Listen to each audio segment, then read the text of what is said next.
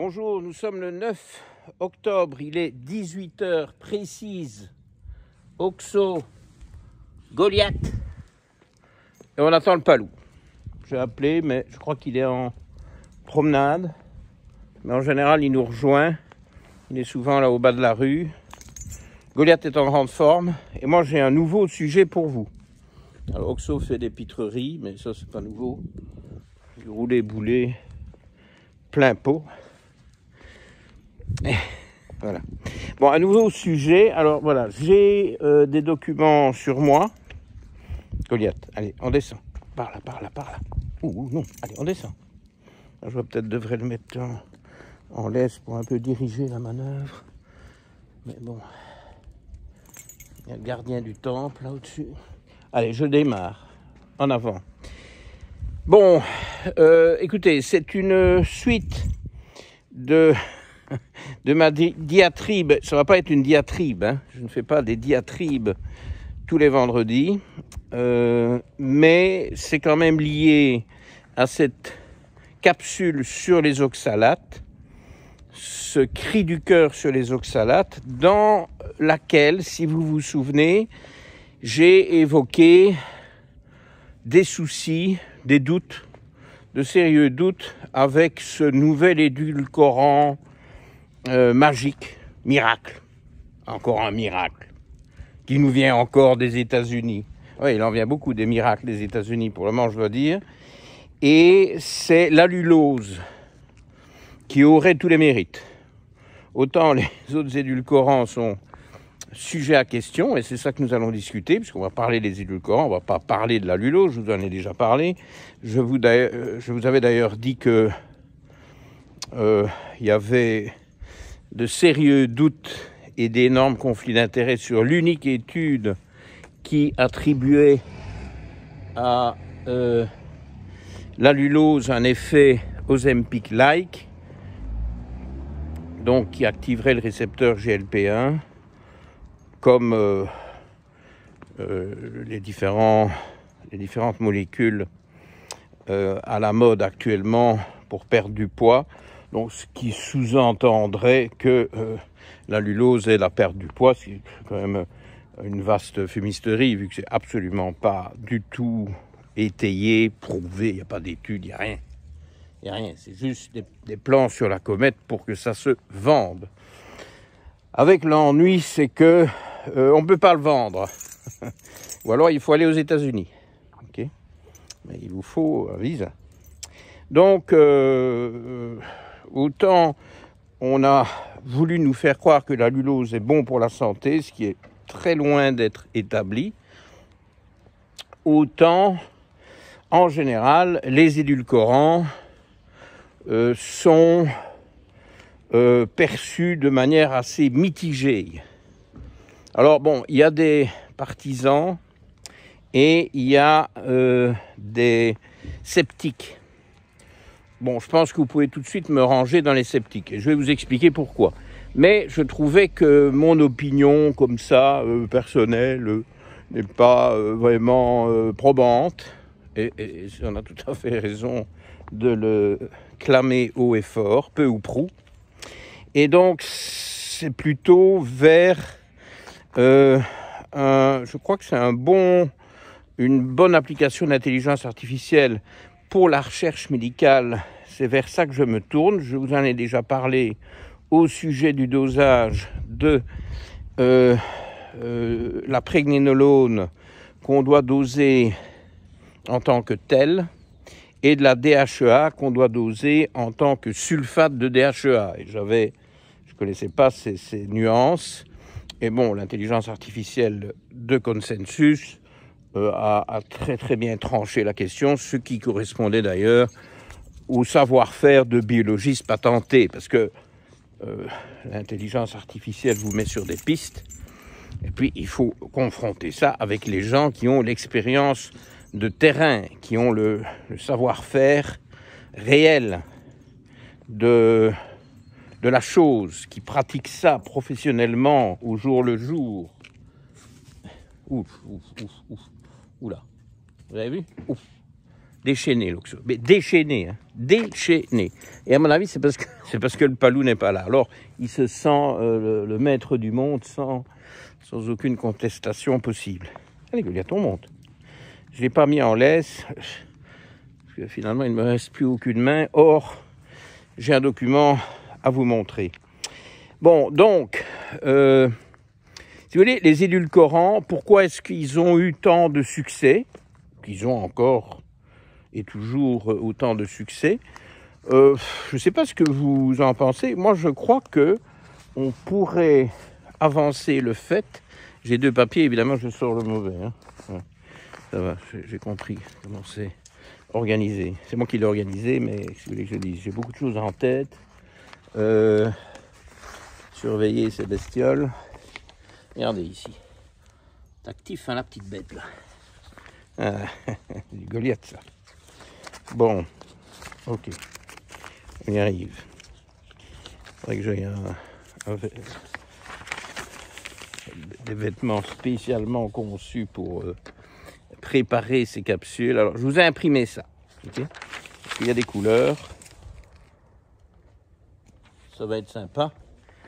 Et on est sujet à des déboulés fulgurants d'oxo, mais c'est pas grave. Alors, je vous ai préparé un rapport de consensus avec une première question qui s'enchaîne avec une deuxième qui ne fait que amplifier le débat. Et vous aurez tout ça en lien, le lien vers ma Dropbox et ce lien figurera en description de la capsule. Ok, on n'a qu'à regarder en dessous. Je mettrai aussi sur mon profil Facebook. Et, bon, ça y est, encore une paire d'animaux. Heureusement, ici, c'est un cul-de-sac. Sweetness helpful for weight loss. Are sweetness helpful for weight loss? Bon, pour ceux qui ne sont pas très forts en langue, je vous traduis. Est-ce que les édulcorants sont utiles pour perdre du poids? Il me semblait que c'était quand même une des raisons évidentes, significatives, pour bien Goliath, pour choisir un édulcorant au lieu de son équivalent calorique. Hein. Donc, édulcorant, c'est peu ou pas de calories, mais un effet sucrant. Ben oui, mais tu t'es mis dans un cul-de-sac. Allez, viens. Allez, je te porte et on va aller près de la plaine de jeu, parce que là, tu as tes repères. Voilà. Hop. Et là, évidemment, on a le gardien immuable, notre maître à tous, Oxo. Bon, ben, écoutez, la réponse est nuancée. Et ça va être typique du sujet. Donc, au niveau des édulcorants, vous allez toujours, quelle que soit la rubrique, quelle que soit la spécificité de votre enquête sur ces édulcorants, vous allez toujours avoir des études qui vont dans des sens variés, voire opposés. Hein. Alors, évidemment, pour décrypter tout ça, je vous suggère quand même d'aller vérifier les conflits d'intérêts. Hein. Parce qu'il y a tout un tas d'études sur les édulcorants qui ont été mises en place, sponsorisées, organisées, discrètement téléguidées par l'industrie des édulcorants. Et donc, ces études-là, elles sont favorables, je vous le dis tout de suite, hein, soyons clairs, elles sont toujours favorables, mais est-ce qu'on peut les croire? Chercher à qui le crime profite, je ne crois pas qu'on puisse les croire, moi. Bon, Goliath ne va pas rentrer là dans la plaine de jeu, on ne peut pas y mettre les chiens. Hein. Il est capable de passer sous la barrière. Regardez ça. Regardez ça. Mais qu'est-ce que c'est que ça, bro? Mais qu'est-ce que c'est que ça? C'est une intrusion. Il s'est écrabouillé. Mais est-ce que vous avez vu ça? Enfin, ben voilà. Voilà, en pleine illégalité, je vais me choper une amende. C'est évident qu'on ne peut pas avoir des chiens. Regardez, chiens interdits. Oui, vous savez lire les panneaux comme moi. Enfin, au moins là, je ne dois pas m'en préoccuper, il ne va pas se faire écraser. Regardez ça, voilà. Déchaînés, tous. Heureusement qu'on n'a pas le palou parce que 2, je vais y arriver, 3, ce serait trop. Alors, quelles sont les réponses à ces études? Je vais arrêter de vous montrer les animaux, de toute façon, ce sont des hologrammes. Très nuancé, pas favorable. Regardez, voilà les couleurs. Donc je crois qu'il se base ici sur 15 études. Consensus Meter 15, est-il mis. Je vous mettrai cette feuille en description aussi, dans le bundle.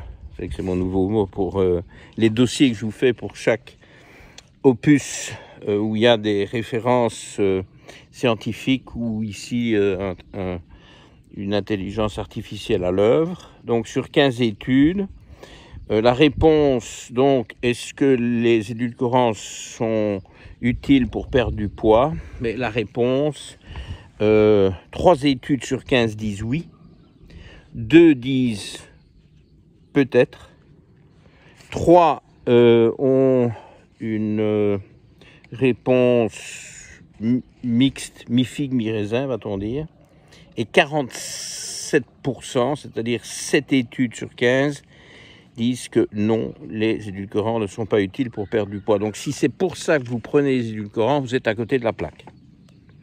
Bon alors, c'est documenté, hein, vous avez les études, vous avez tout, enfin vous regarderez ça si vous voulez aller plus loin, mais je vous dis que la réponse est quand même pas un non radical. Bon, maintenant, il faudrait, ce que je n'ai pas fait, parce que de toute façon, moi, je préconise pas les édulcorants, je vous le dis tout de suite. Donc moi, je ne vais pas aller éplucher les 3 études favorables pour vous dire si oui ou non elles sont, je dirais, polluées par des conflits d'intérêts. Ben, non, je ne vais pas faire ça, parce que de toute façon, je ne vais quand même pas m'en servir. Mais je jette un gros doute sur l'histoire. Okay.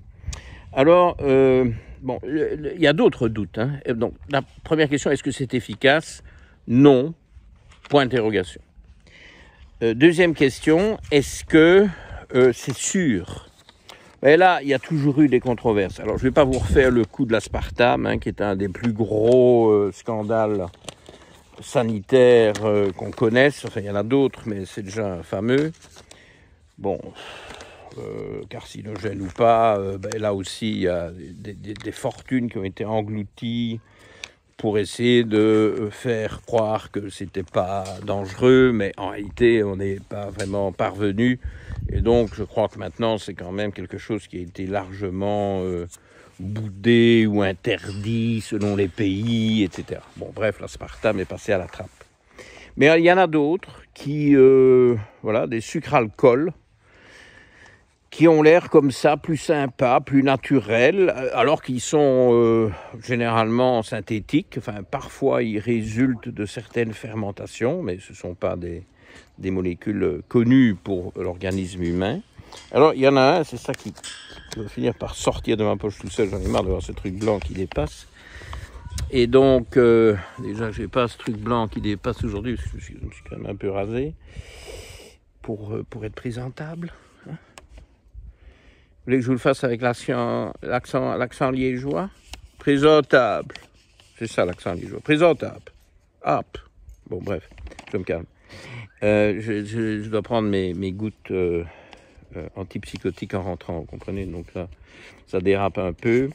Redevenons sérieux. Et notamment, il y en a un dans ces sucres-alcools qui est très tendance. C'est le petit chouchou des sectogènes, notamment. Là, il est très apprécié. Dans le Far West, hein. Vous voyez ce que je veux dire? Sur les hauts plateaux du Colorado. Et c'est l'érythritol. Bon, manque de bol. Parce que ça avait toutes les vertus un peu. C'était le pré-allulose. Bon, maintenant, ce truc a été remplacé par l'allulose. Il y a toujours un nouveau, ok, qui va être marketé plein pot. Oui, pourquoi? Parce que les cétogènes stricts, les sectogènes, les cétogènes addictifs, ça fait 14 ans qu'ils sont en cétose continue, ils pètent les plombs. Je les comprends. Alors, c'est vrai que le sucre est mauvais, je suis le premier à le dire, mais le virer totalement année après année sans jamais le moindre écart, le moindre petit plaisir sucré, c'est quand même un peu mission impossible. S'il y en a qui y parviennent, bon voilà, chapeau, moi visiblement ça m'épate, mais c'est quand même rare, on va dire, hein, si ça existe. Et donc on se rabat sur les édulcorants, et alors on veut vous faire croire que c'est bon. Ben non, ce n'est pas bon.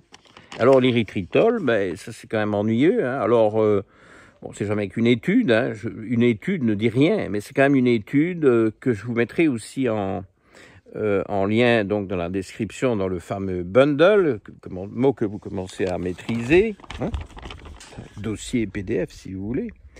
Et c'est une étude qui a été publiée dans Journal of Applied Physiology, bon, grand journal médical, hein, c'est pas contestable, et elle est très récente puisqu'elle a été publiée, je crois, en ligne, avant d'être probablement publiée en, en papier, hein, si on peut dire, publiée pour la première fois le 3 juin 2025. C'est très récent, ok. Et voilà le titre, je vous le traduis tout de go. Oula, Goliath. Non, là il y a une marche là. Ouh non, Goliath, qu'est-ce que tu fais là? Ouh non. Oui, mais il y a une marche, attention, tu vas tomber. Bon, c'est pas très profond, hein, il va pas... Qu'est-ce que tu me fais là? Ah non, allez, viens. On sort d'ici, tu ne peux pas être là. Allez, viens vite. Ouh, non, ouh, ça y est. Il est quand même passé dans les balançoires. Non, allez, viens, on va sur la route, parce qu'ici, tu ne peux pas être. On va se faire engueuler encore par un voisin ou l'autre qui va trouver ça anormal, et c'est vrai, parce que bon, les chiens ne sont pas admis sur les plaines de jeu, c'est un peu logique. Ceci dit, s'il y avait un accident, je ramasse toujours. Je suis plein de sachets. Voilà, bon, j'espère que ça va un peu se calmer. On va mettre ici sur la route. Oxo, allez viens. Allez, voilà, ma ménagerie est repartie. Oh ben évidemment, voilà, il a marché, déchiré ma feuille. Donc, l'édulcorant non nutritif, donc sans calories, érythritol, affecte négativement la fonction cellulaire endothéliale des microvaisseaux du cerveau. Voilà. Alors ici, j'ai jamais imprimé que la première page. Vous aurez l'article in extenso qui est gratuit, donc je peux vous le divulguer sans crainte. Et je vous donne quelques mots de la conclusion. Cette étude fournit de nouvelles données qui démontrent que l'érythritol, typiquement à des concentrations contenues dans une boisson de taille standard disponible dans le commerce, donc boisson artificiellement édulcorée par de l'érythritol, affecte négativement les cellules endothéliales des microvaisseaux cérébraux via un stress oxydant. Okay. Et alors, avec tout un tas de détails plus techniques que je vous épargne, vous pouvez aller voir l'article. Et d'ailleurs, c'est un article qui fait le pendant d'autres articles qui, les derniers temps, mais celui-ci c'est encore une couche de plus, avaient déjà, pour les mêmes raisons, donc d'effets négatifs sur les cellules endothéliales. Alors évidemment, les cellules endothéliales des vaisseaux, ça peut affecter le cerveau.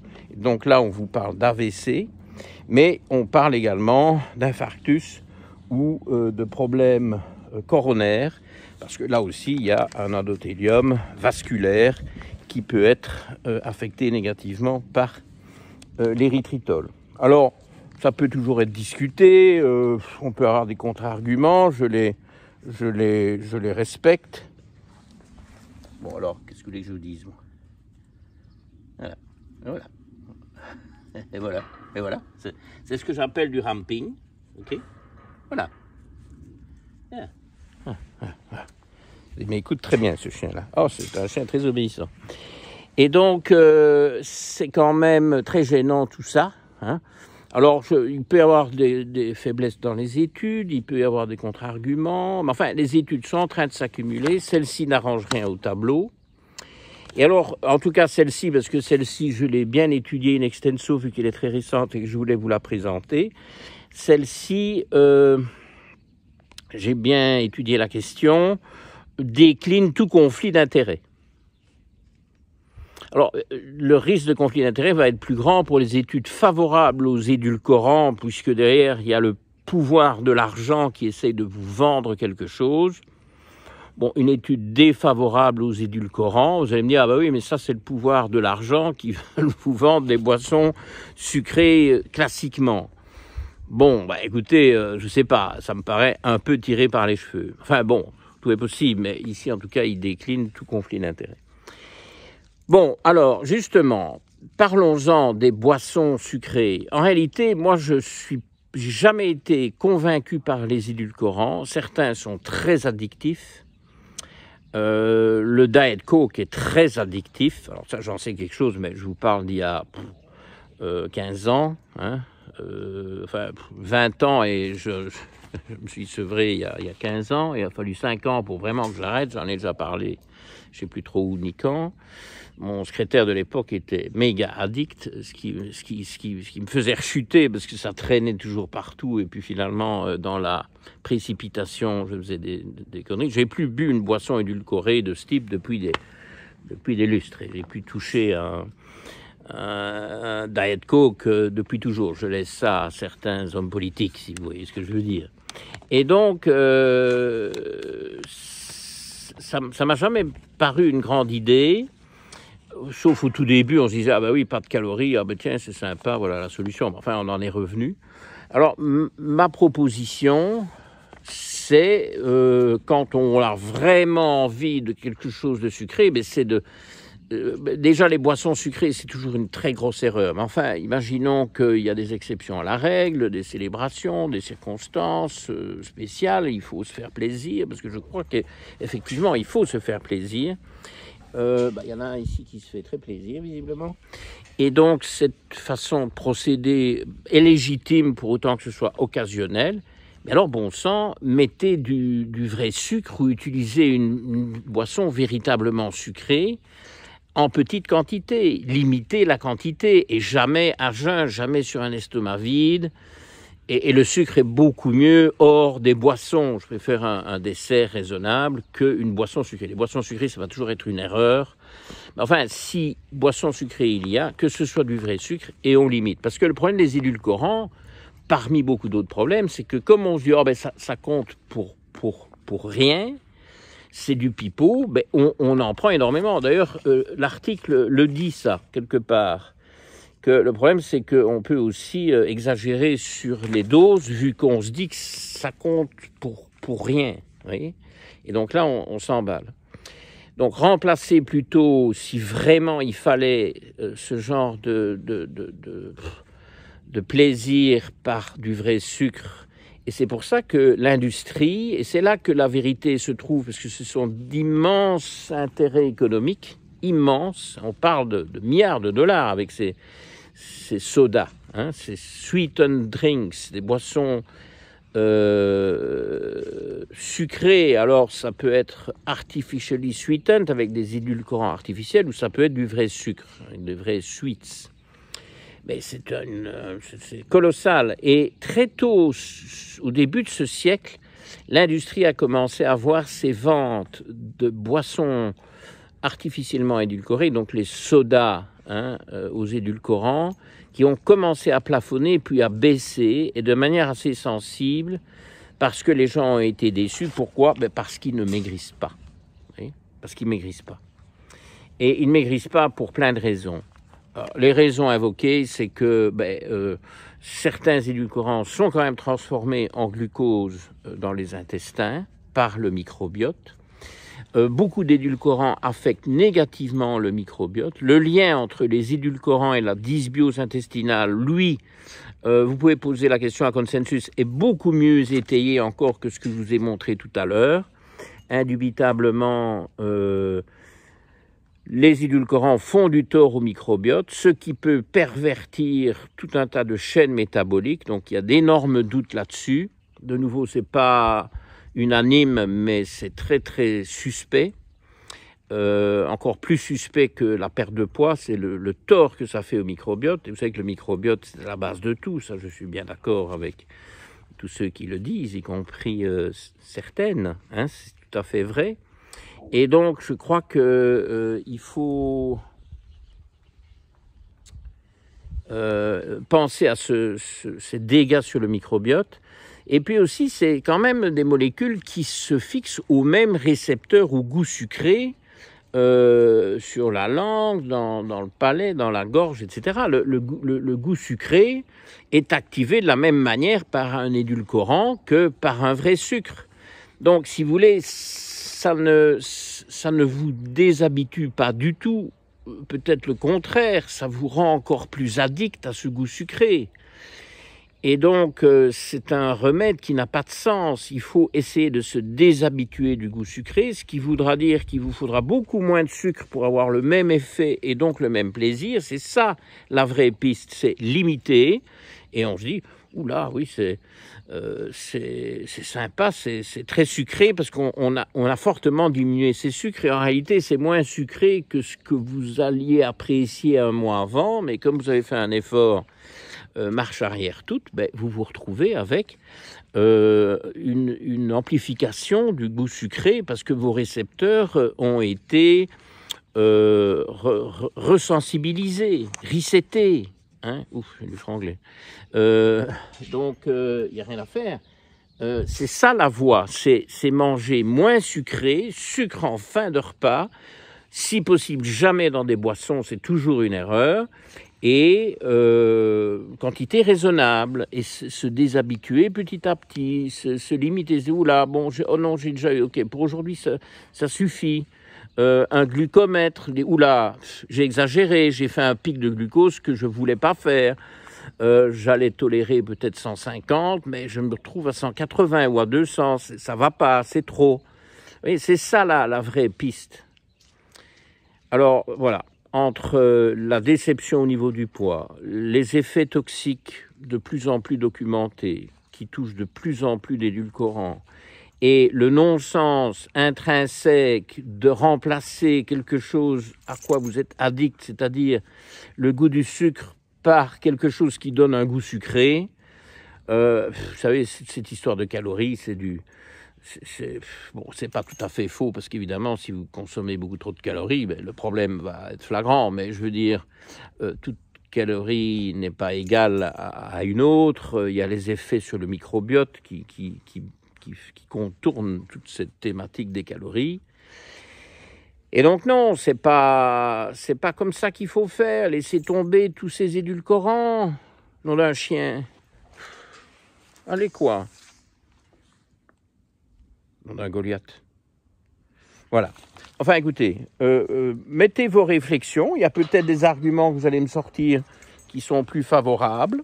Bon, pourquoi pas, parce que je reconnais que c'est un débat qui est ouvert, donc vous aurez toutes ces informations. Oui, toutes ces informations. Il y a du pas mignon, ce petit chien là. Vous aimez bien Goliath? Et alors, il sort une belle langue, hein, toute rose. Ok, petite langue de serpent.